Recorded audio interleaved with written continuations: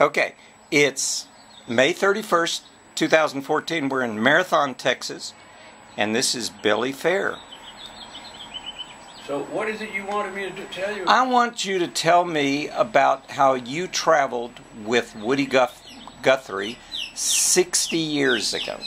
Was it 60 years ago? Yeah. Right, it was 1954. Okay. I was about to, I'd heard about Woody ever since I started playing the banjo when I was 17. That was in 1947. Woody was one of the idols of the folk music group called the Urban Folk Revival. And Woody and Pete Seeger and Leadbelly were the three top guys. I had not met any of them at the time, but I heard a lot about Woody. And my very good friend of mine, Ramblin' Jack Elliott, was a good friend of Woody's and was always telling me stories about Woody. He took care of Woody when Woody was sick. Anyway, I was walking down. I ran into Jack on the street in New York, told him I was about to leave for California. I was going to take a drive-away car, and he said, "Oh, Woody and I want to go to California. Can we go with you?" I said, "You bet you can." I was just delighted to have the opportunity to meet Woody. I was very shy in those days, and I never would have just gone up to him and started talking to him the way Jack would do to people.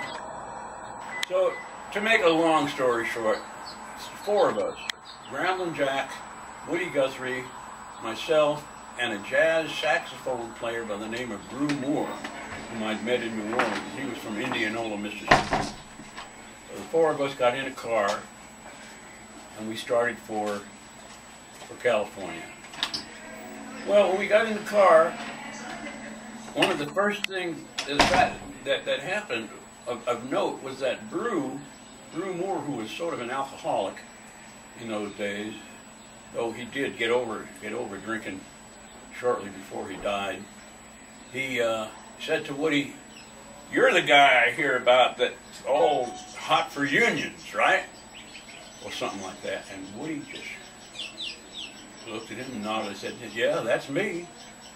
He said, "Well, what about this union in New Orleans that's giving me such a hard time?" And he proceeded to get into this long tirade about how badly the unions in New Orleans were treating him. They wouldn't let him perform there.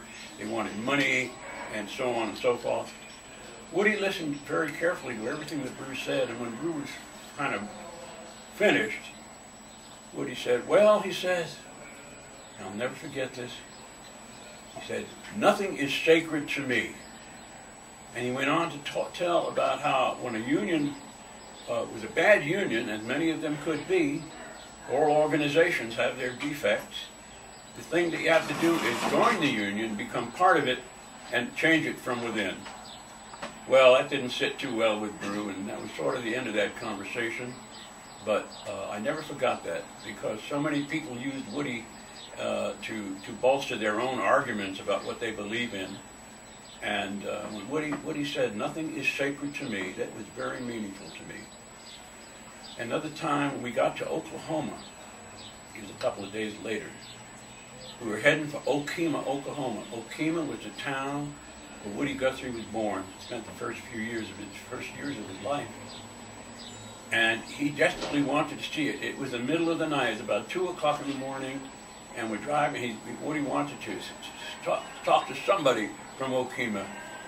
He was always trying to relate to people, to the common people, and there was nothing open. We drove around Okemah and finally came to this, there was a little all-night diner open, really seedy place. And Ramblin' Jack and Brew Moore were asleep in the back seat. Woody and I got out, we went into the place. The only people in there were three good old boys sitting at the counter and a counterman behind. And I didn't like the feel of the place at all. But Woody wanted to go in and talk to these guys and tell them, that he was from Okemah. He wanted to find a connection. He wanted to create a bond between himself and these people who were living in this town where he was born. And I knew that it was not a good idea, because as soon as we walked in the door, one of those good old boys, see you, Toby. Y'all be good. One of those good old boys poked his friend and looked at him as if to say, look what the cat dragged in. And Woody was already suffering from the effects of Huntington's career, which finally killed him. And he was very disheveled. He had a big head, he had a gait, looked like he was drunk, which he wasn't. And he had a big head of hair and a little beard. He looked very, very unkempt. He looked like Woody. And these guys were about to do a number on him. And Woody kept almost desperately started talking, trying to relate to them. He started telling them how he was Jack Guthrie's cousin.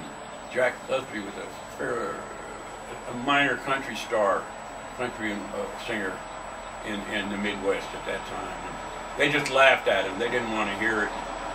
And I could see that this was not going to be good. It was probably going to end up badly.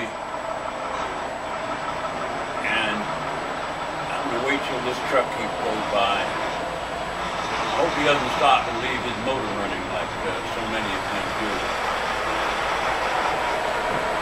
So I grabbed Woody.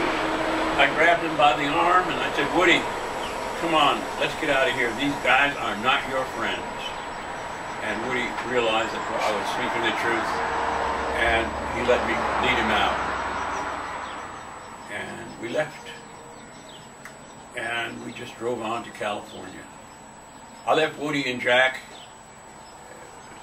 in Topanga Canyon and went on down to San Diego to see the woman I was following there.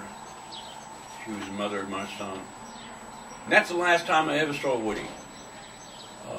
Jack and I still remain really good friends, and that was 60 years ago.